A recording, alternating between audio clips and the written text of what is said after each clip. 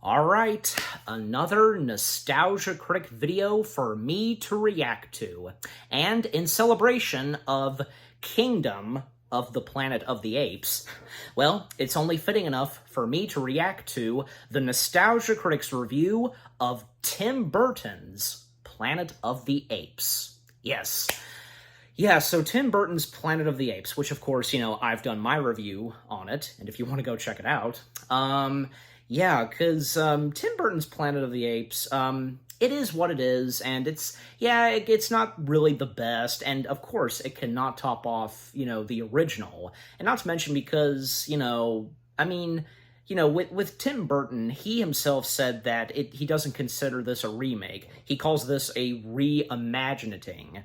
And besides, I don't see why it would be a direct remake of the original. Besides, I see Tim Burton's Planet of the Apes another movie adaptation of the book. Because, keep in mind, Planet of the Apes started off from a novel / a book, and it got turned into a movie franchise. So, yeah, it's just another, movie adaptation of the book, and as well as the next 3-4 Planet of the Apes films, where they're motion capture. So see what I mean?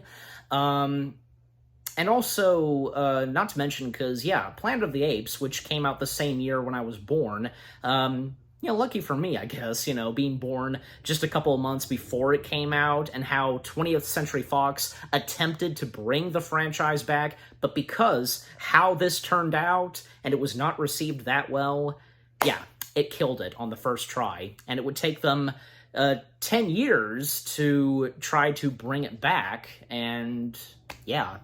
And also, I'd like to point out, I technically have seen the Nostalgia Critic's review of Tim Burton's Planet of the Apes, a long time back, and I haven't seen it in quite a while, the full video itself, and especially since, well, I knew that at some point I was going to react to this, and, leading up to when, the new movie is out. So yeah, the new Planet of the Apes movie, that is.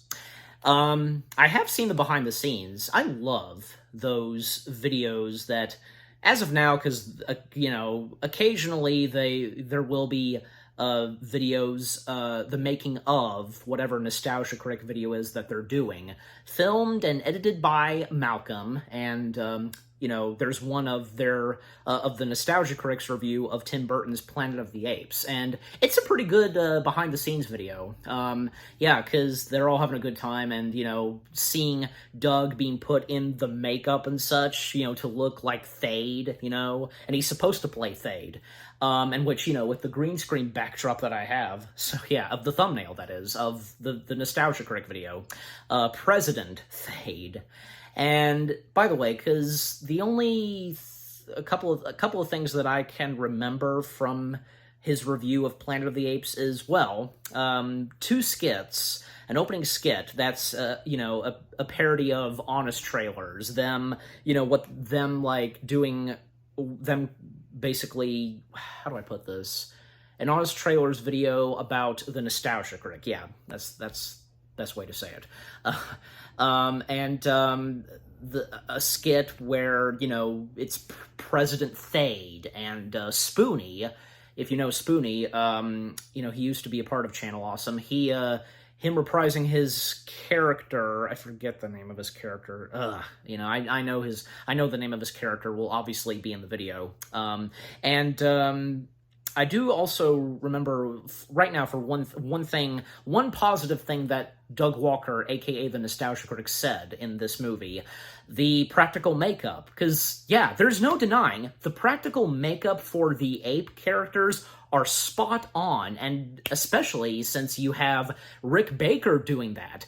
It's nice to see that, they did do practical apes, and with the makeup, and seeing as how Tim Burton's Planet of the Apes would be the last Planet of the Apes movie to do that. And after that, because fast forward, and when it came to Rise of the Planet of the Apes, and from there on, the apes would now be in motion capture. Not that I'm complaining and such, and probably nobody else, because the motion capture in those Planet of the Apes movies are fantastic. They really are. I mean, from practical makeup to motion capture, both being fantastic. Yeah. So, all right, I think that's it on what I have to say for the start of this reaction video. So, enough said. Let's go ahead and get this Nostalgia Critic video started, shall we? All right, so here we go. The Nostalgia Critic's review of Tim Burton's Planet of the Apes from 2001. Check and see. Yeah, volume's good and the brightness. Yeah, here we go. Starting the video in 3, 2, 1. Play. See, what did I tell you? Because honest trailers. From the company, and got the narrator. Almost as well as Disney comes the internet sensation that has people all over the world staring at their computer screens saying, "Geez, you can get paid for this?" Nostalgia Critic. Behold, a comedian with a screechy, high-pitched voice, like Sam Kinison, only you wish this one died instead of him, getting recognition for doing what no other person. Yeah, I can no longer do the high-pitched voice, you know, screaming. God! Get facts wrong. This is the Top 11 Nostalgia Critic Fuck-Ups Part 3! Force painful memes. A bat! Credit card!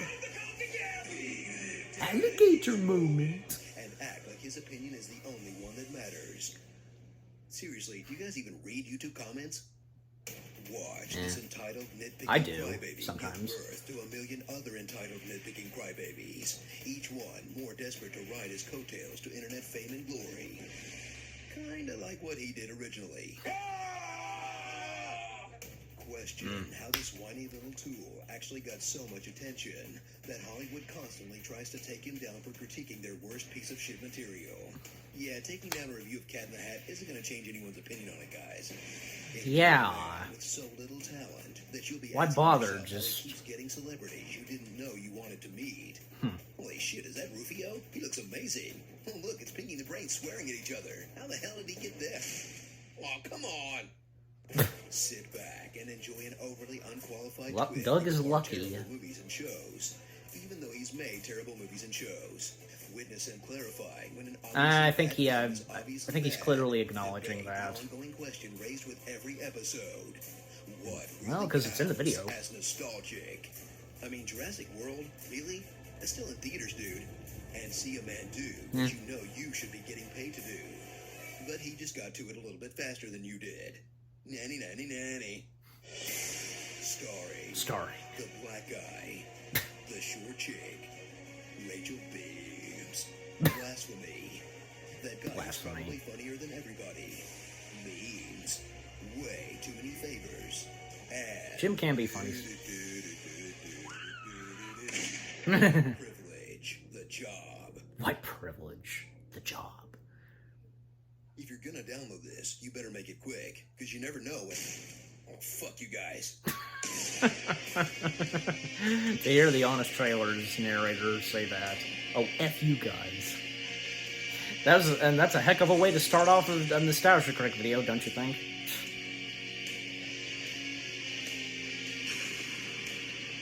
An old intro. Well, because this is from one of his older seasons. It's so awesome, and how lucky he is to have gotten the voices of Pinky and the Brain. Hello, I'm the Nostalgia Critic guy, remember? This place goes one day without an explosion. Oh yeah, because Tamara's an That's a thing. Tamara's an astronaut.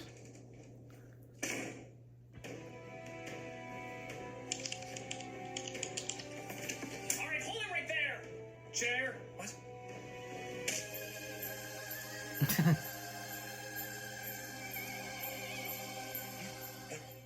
Alright, buddy, what parallel universe is this? What? I've been in hypersleep for the last 15 years, and I wake up to this upside-down, topsy-turvy world. What are you talking about? I went online to research the media of the last 15 years, and I saw RoboCop, Poltergeist, Willy Wonka, and The Day the Earth Stood Still. Yeah, those are reboots. What? Reboots? Like a remake? Kinda, except calling it a reboot gives an excuse to suck. Why would you want to remake something that's already perfect? It's like remaking Planet of the Apes. Oh, that one was so good we remade it twice. Twice? Yeah, we thank Tim Burton for that one. Tim Burton, that groundbreaking visionary of original content. You're gonna want to sit down. Remakes have been commonplace for years, but people forget when it was of an iconic film that everybody loved, it was not only seen as bad taste to do a remake of it, but also not profitable. However, that was all changed when Tim Burton started coining the phrase reimagining. Suddenly, the film wasn't seen as trying to make something good even better, but rather show a different interpretation from a likable artist. This is James Bond doesn't really count. Something as obviously stupid as the reimagining of Planet of the Apes. I know what you're thinking. Seriously, you guys couldn't tell back then that this was going to be really fucking bad? You weren't there, man. You weren't there for the incredible advertising that tricked the dumb out of us. Everywhere the stars and the director went, they all said the same thing. It's not a remake, it's a reimagining. I just wanted to do an action film, and Planet of the Apes seemed like a cool environment to do it in. And judging by the trailer, it kind of looked like it would work. Okay, this wasn't thought-provoking commentary, but it was a war to take back the planet from those damn dirty apes. And to tell you the truth, it kind of looked awesome. Yeah?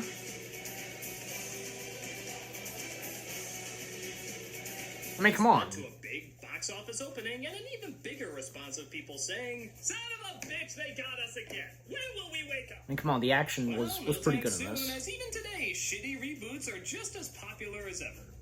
Was it really worth it? Well, let's find out with Tim Burton's reimagining of... You just, left in the middle of the conversation. I shot your leg 4 times. That's why I'm smoking. Hey, Malcolm? Yep. Oh, show Kimmy Schmidt her around and convince her this isn't a parallel universe. Oh, get Tamara, too. Where the hell is she? Oh, yeah. Well, I'm sure you can improvise. Oh boy, this means I get to introduce you to Key and Peele for the first time. I really only like comedy about football players' names. This is Tim Burton's Planet of the Apes. The film opens up with... Boy, I thought the effects would be a little better than this.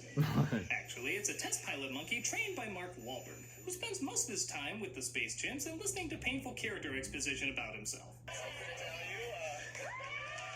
When you gonna make that kind of commitment? Frank, I told you I would marry you when I get back home. Yeah. It's legal now. But they come across the most dangerous thing in any sci-fi movie. Space stuff! Yeah, space stuff. Nobody knows what it is, but as long as you say some technobabble with the words electromagnetic thrown in, it suddenly can do anything. Pick initial radiation, gamma ray readings, an electromagnetic storm. Bingo! Now a city of apes can happen. But when a monkey gets sucked in and they're about to abort, Wahlberg grabs his own space sperm, endangering everybody on board to rescue him. So just keep in mind, everything that's about to happen in this movie all happened because of Wahlberg's monkey love. That'll have 2 more meanings as the film goes on, but we'll get to that. The blah-blah electromagnetic blah-blah-blah knocks Wahlberg on his ass, causing him to crash onto an unknown planet. Oh, R2, how are we gonna get out of this mess? But of course, he comes across a horrible discovery. Monkey! Had to, did you?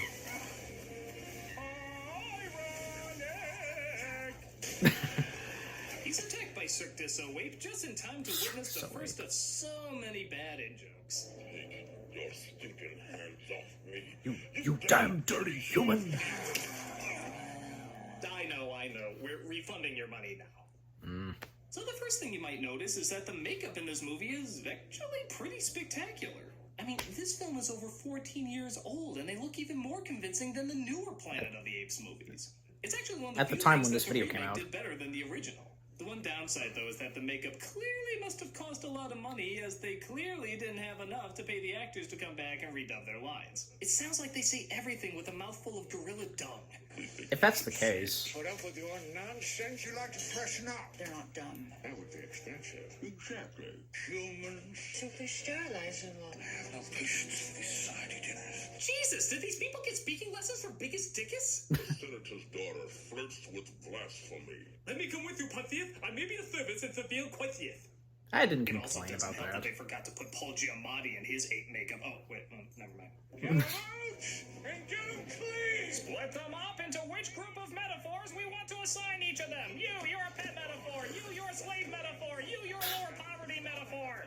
Yeah, it's kind of hard to figure out how even the commentary is supposed to work. In the original, it's just switched around. Apes are smart and humans are dumb. It's easy to comprehend. But in this one, sometimes they speak, sometimes they don't. Sometimes apes are shocked by their intelligence, but other times it seems commonplace. Sometimes they're pets, but other times they're servants with other apes. They're trying to throw in so much obvious commentary that it's not making any sense in the realm of its own world. I mean, when's the last time you saw a movie about slavery where the slave owner was like, oh yes, I'll go and make dinner after I figure out whether or not you can speak English, and then maybe we'll play fetch for about a half hour. He's not really talking about you, Malcolm. I mean... So Wahlberg, along with the other humans, are put in cages captured by the apes. How many times do I have to tell you, wear your gloves when you handle humans? Especially when you're I touching don't know. Chris Maybe he was. But unfortunately, they're worth more intact. Keep your eye on this one. He's feisty. Yes, he looked at you with pure fear and put up no fight in being captured. Did the definition of feisty change in this world? This leads to our most darling character in the entire film, Thade, played by Tim Roth. I apologize. Oh yeah.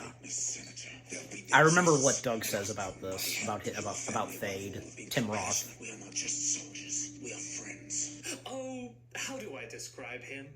Imagine Chris Lambert and Clint Eastwood fucked a monkey. And that monkey got a kidney stone while also being constipated at the same time. Give me absolute... Not done yet. Wait, I'm not finished. Then somebody took sandpaper, rubbed it all over his face, balls, and vocal cords, and the only way he can feel better is by constantly trying to bite his upper lip. Where do you get this? While doing a Kirk Douglas impression upside down covered in pubic hair. How did you do that, There Doug? are no Like, words to describe how coming up with that. amazingly over the top You just did. He's a human-hating general who's really given no reason for his prejudice, but by God, it makes up like 80% of his dialogue. You took in 3 humans. The human problem cannot be solved. The human rights faction. The humans once and for all. The humans infest the provinces. The human culture takes place below the waist. Well, if you hate him so much, why don't you marry him? Even in scenes where you have no idea what's going on, he's a riot. Like, look at this scene where he promises to get his niece a pet. Yeah. I'll get that. What the hell just happened there? Is he so intimidating that he's butt-fucking his mind? Is he tickling behind his ear, which happens to be Giamatti's G-spot? I still, to this day, have no clue. Now, just trying to keep it together how terrified he is of him. But thankfully, this distracted from the rest of the weird that was going on. Thank you, Tim Roth. You phased out one uncomfortable invasion of personal space with another uncomfortable invasion of personal space. You'll find he's quite good at that. But an ape named Ari, played by future Tim Burton trope Helena Bonham Carter, breaks in to fight for human rights. Just can't stand by. He's right. Human beings are being mistreated, tortured, mutilated. Hey, if you want me to stop, give up your filthy business. Why does her acting sound like William Shatner if it was dubbed by a martial arts movie? They can be taught to live with us as equals. As our cities encroach upon their habitat, when the army burns the bodies before they're examined. Spock, don't make me. Kung Fu, this garment. Sell them to me. He's wild. They're both wild. Then I'll buy them both. Thus, Ari lives out every woman's dream of buying Mark Wahlberg as we partake in this movie's favorite pastime, awkward line holding. What do I mean by that? Well, in most movies, they'll usually leave a pause after a really good line because, hey, it's a really good line, you should let it sink in. But here, they just kind of hold after any random line. And wash your hands before dinner. Well, I don't know. I never thought of that. Time before time. That's supposed to be... I get it. These are not good lines! Holding on them only makes us focus on how poorly written they are. But are you posing for the laugh track that's supposed to go over them? Do you have a towel? Nah. That's so fake. That's... So, Wahlberg That's picks so his way fake. out of the easiest prison to break out of ever, while helping the other humans break out of the even easier prisons to break out of ever. Gee, it's Yeah. a shame these things haven't created steel. Oh, fucking wait! They then somehow find the house that's holding the kid that was sold as a pet. Well, luckily they did, so just... Wow, you look so sexy, Lisa.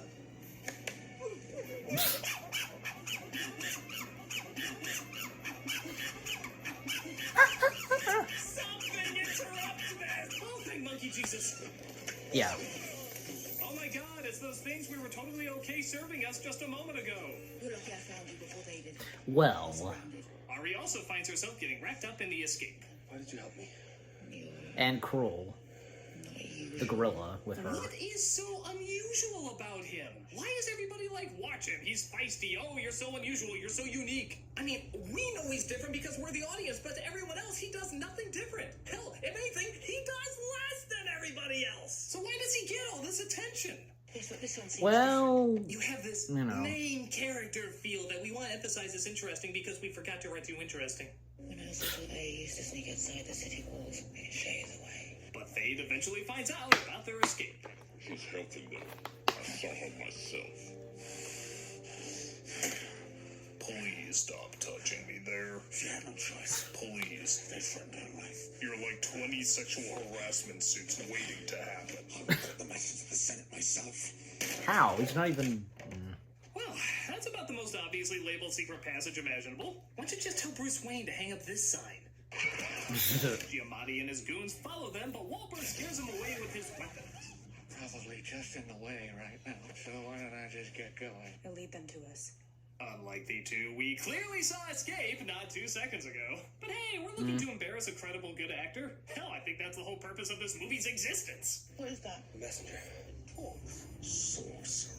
It's not sorcery, it's science. Ah, yes, science. Something foreign to this world that yet somehow has an understanding of what planets are. Give me absolute power to rid this planet of the humans once and for all. Just don't use steel in our prison bars. We're kind of random with our science. But Fade is told that his father, played by Charlton Heston, is literally on his deathbed. I don't have much time. My career will be dead soon. Oh, God. Yeah, I just kind of figured Heston always had a gun hidden somewhere.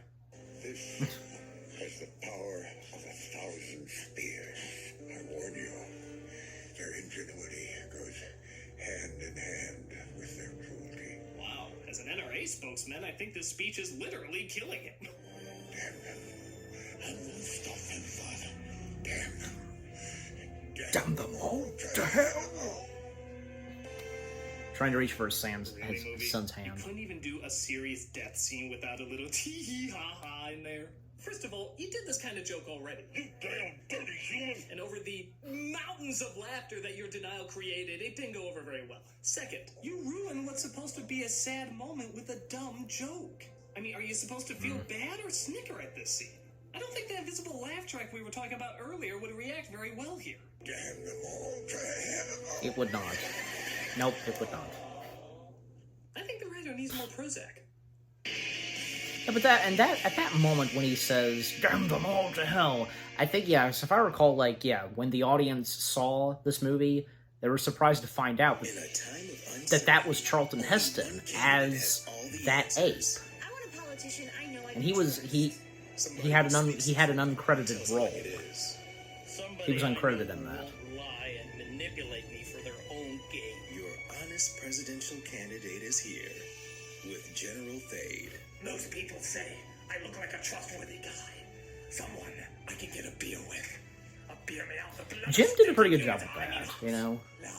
Trying to match it like how it was on Tim Roth, you know? Other obviously not bad guys like Zachary Hale Compson. And if you've seen the behind the scenes, you know. And Skeletor comes a politician who knows how to benefit all mankind. It's clear the Republicans are trying to take away your freedoms. Your freedoms to submit to me.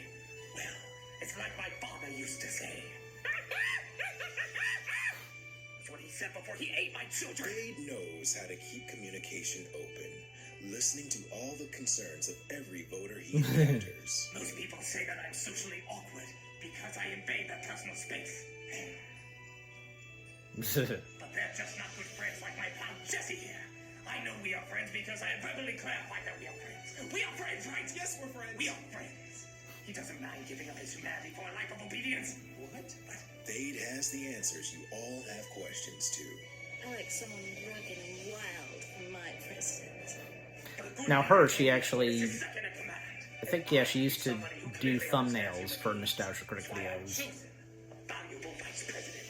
That's right, stupid human. There he is. You can completely trust that I am this literal man-animal have your best interests in mind.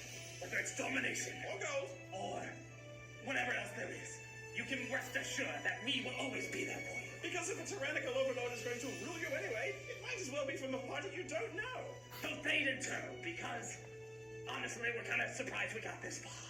Stop touching me there. No, I insist. Shut up. And Turl, paid for by the Turl. Committee of Enforcing Effective Laws. General Zod. Okay, now that's done. And back to the review. So they come across the forbidden area that's supposed to keep humans out with scarecrows. As you can see, they're clearly doing a bang-up job. This world makes no sense! Anyway, they come across a camp where the apes are waiting, so they So try what? to cross the lake. Just grab the reins with one hand, you hold on to this one as tight as you can with the other. Wow, great horseback riding lesson there, Mark. That's right up there with the surf ninjas method of teaching surfing. Bend your knees, move your arms.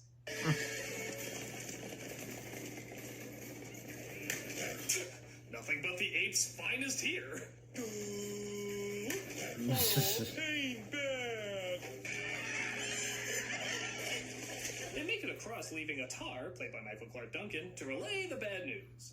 Oh, you now mention him. Now you say his name. What is happening right now? This isn't ape acting, folks. I think Tim Roth just realized his role in 4 Rooms is no longer his most embarrassing role. He's going on a rampage. That's what he's doing. Forgive me, my friend. I'm not angry with you. Is that what that was? Anger? I thought you had lice in your crotch or something.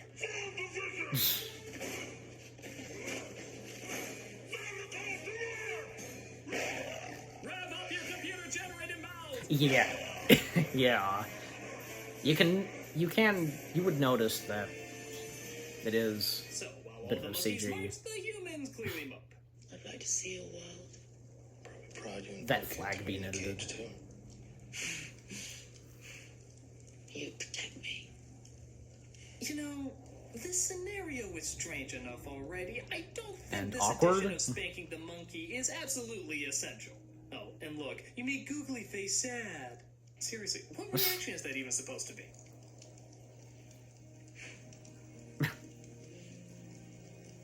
now that could be a Mark thumbnail. Wahlberg's ship, known to the apes as the I'll secret figure it holy out. land of Kalima. Try the human hearts. I hear they're delicious, but it appears to Yeah, be a 'cause- little dated. But these ruins are They share the same name. I was just here a few days ago.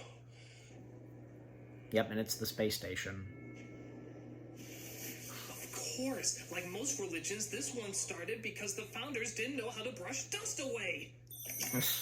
Ship has nuclear power, so it's supposed to last forever. Oh, good. And the wires are nuclear too? The knobs? All the connecting lines lasted thousands and thousands of years? Beautiful. You should open a Wahlburgers here. Wahlburgers. Word spreads through the villages pretty fucking fast when you think about it, as many more people want to join Wahlberg. The story is spreading through the villages. They all want to see this human who defies the apes. Yes, and as we've clearly seen before, nobody has ever stood up to the apes. But he He just did did. it in such a disinterested way. We then see Ari meets up with Faye to try and trade herself for the human survival. Forgive me. Oh boy. You know, Fade, there's only so many Facebook profile pictures I can switch out of you and your hilarious faces. My anger picture from Inside Out would like a turn. But he gives her a pretty definite no and returns her back to the humans. This leads to our big battle the next morning as... We can do this just as well. Look, I know you can. I need you back there with them, okay? Oh, fucking gee, I wonder what's going to happen. Let me go with them. No. Let me prove I can help. No, I need you here with me.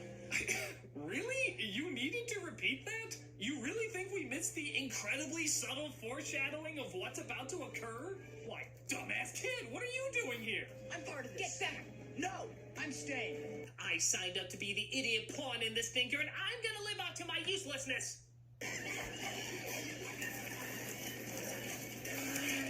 Oh my god, he fell. I mean, what? What? I really thought he was gonna be an important and useful character. I'm sure glad they didn't make him the scrappy do of shit-eating tools. Of course, Wahlberg goes to save him and gets back to the ship, using the last of the nuclear power to blow them sky high. Yep.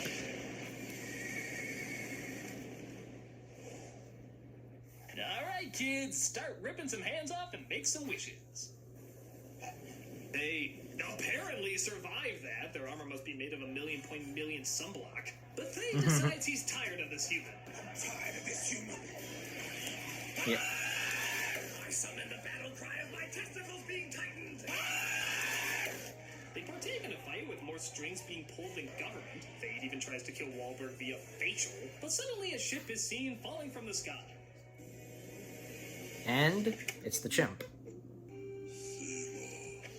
And now we all know the origins of Lancelot Link. Sir, the prophecy is true.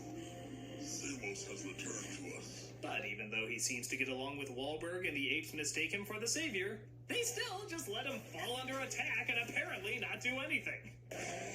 Yeah, they don't. But Have fun, Fade! We'll just stay out here and pick ticks out of our asses. Play nice with God! Face off, Messiah. Unless you know how to get my whole character in an Avengers movie, I'm not interested.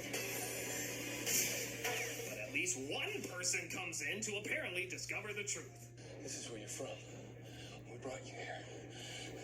It's the truth. We lived in peace together. Well, outside of exploiting and even killing you for our space programs, but outside of that, a very imprisoned peace. He's lying. Help me, my friend. Come on, don't make me act more like a Cad-Baz villain that I already am. Everything I have believed is a lie. You and your family have betrayed us. This human I was going to kill a second ago, I now completely abandon my religion for. Long live the flying spaghetti monster! Thade is imprisoned as Wahlberg finds the location of the storm and hopes to get home through it. After just a little bit more awkwardness. I have to leave now. You know, one day they'll tell a story about a human who came from the stars.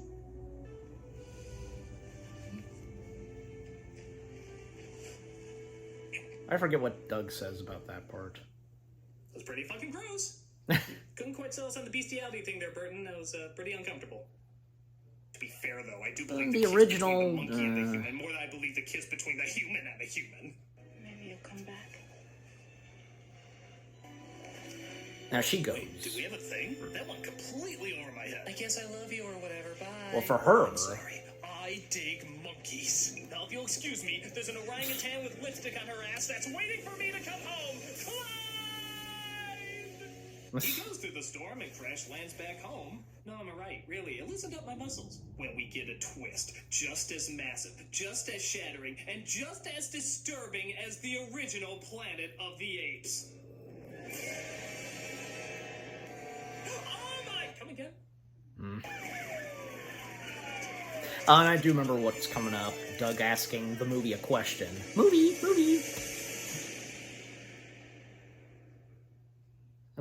Surprising that Doug didn't get that. Helena Bonham Carter knew it. Movie. Yes, you. How the fuck did that happen?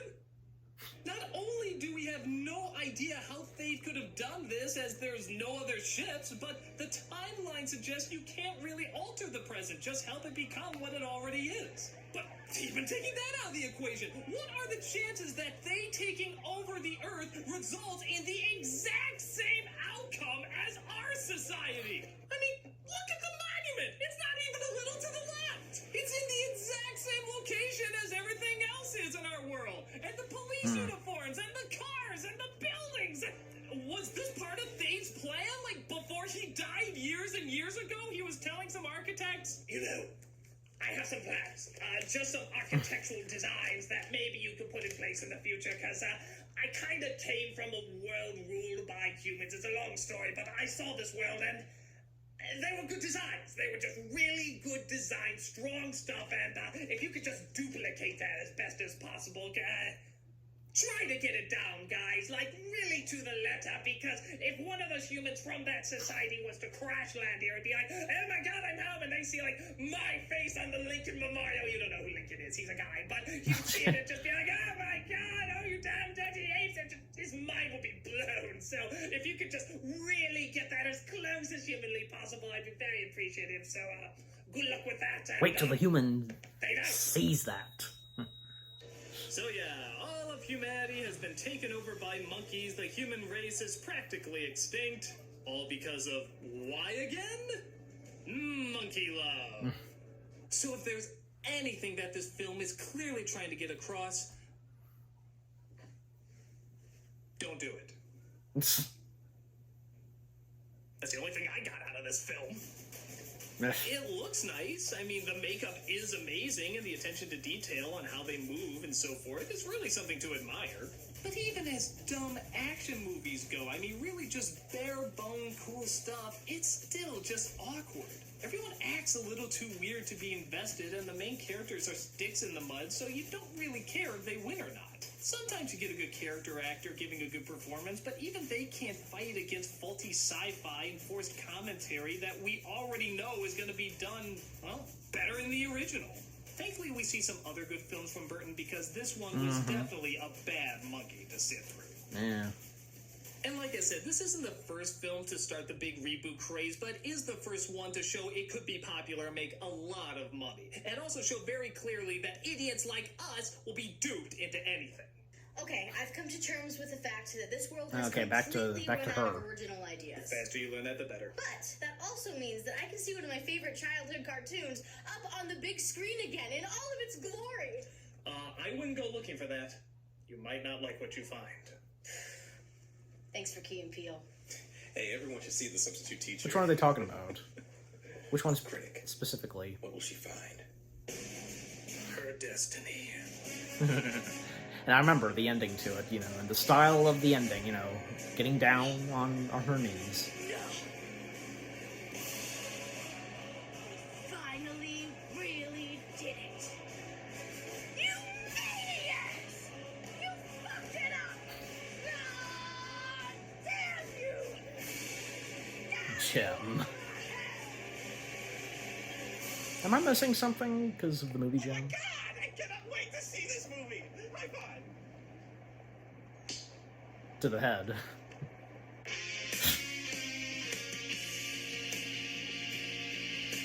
That I forgot. That was in the credits.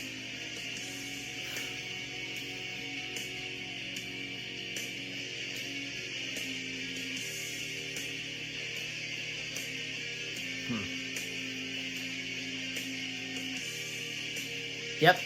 The guys at Scream Junkies and Honest Trailers and John Bailey, of course.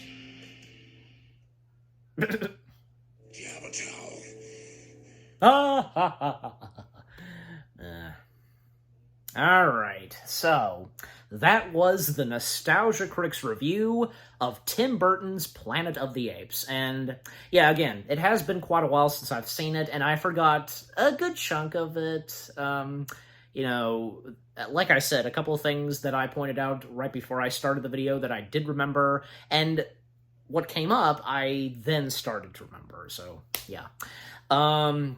Yeah, so, you know, I get it. I understand that Tim Burton's Planet of the Apes, it's not the best, and it's definitely not one of the best Planet of the Apes movies in the franchise, for sure. And the attempt of 20th Century Fox trying to bring it back, the franchise, but it failed the first time, and it would take them, like I said, 10 years to bring it back, and which started in 2006, because they started making developments for a new Planet of the Apes movie to try to bring the franchise back, and it would take 5 years to bring it to the big screen, which in 2011 we would get Rise of the Planet of the Apes. And look how that turned out, and the next two after that. Holy cow. And nice to see that, well, Kingdom is not a disappointment as well, from what I've heard. Good to hear. Good to hear. Yeah, because what Doug said about, you know, other movies that Burton, you know, was good at, here's the thing. I think it's obvious. His Planet of the Apes movie is, without a doubt, one of his black sheeps. You know, his Planet of the Apes is one of the black sheeps for Burton. Oh, I could think of, say, let me see. Yeah, Dark Shadows. Yeah, Dark Shadows is definitely one. Honestly, because I think that's kind of about it. Now, movies that he did not direct, like, I can think of, say, Alice Through the Looking Glass. I don't know. That, like, you see, I don't know, because maybe, like, some movies that he's produced, like, from, Alice Through the Looking Glass, 9, James and the Giant Peach, Abraham Lincoln Vampire Slayer, Hunter, that film, they would be considered Tim Burton films as well, would they? Because maybe. I mean, I think I have seen some characters from, like, say, 9 and James of the Giant Peach in, like, a collage of something Tim Burton, you know what I mean? The Nightmare Before Christmas, okay, even though he didn't direct that clearly is his movie. And besides, The Nightmare Before Christmas is his baby. He started it. He created it. And when it got turned into a movie, because, well, I mean, it started off as like a poem book or something like that. And then, because, Tim Burton discovered in the late 80s that Disney had the film rights to make a movie of The Nightmare Before Christmas, and thus, it would be made as a movie and such. And even though he wasn't able to direct, Henry Selick stepped in. So, yeah, The Nightmare Before Christmas, that is Burton's. It's his baby. He's the one that created and started it. So, yeah. Also, because, let me see. So, like I said, like, movies that he's directed, his movies, I think the only two that would be the black sheeps for him are, well, Planet of the Apes and The Dark Shadows.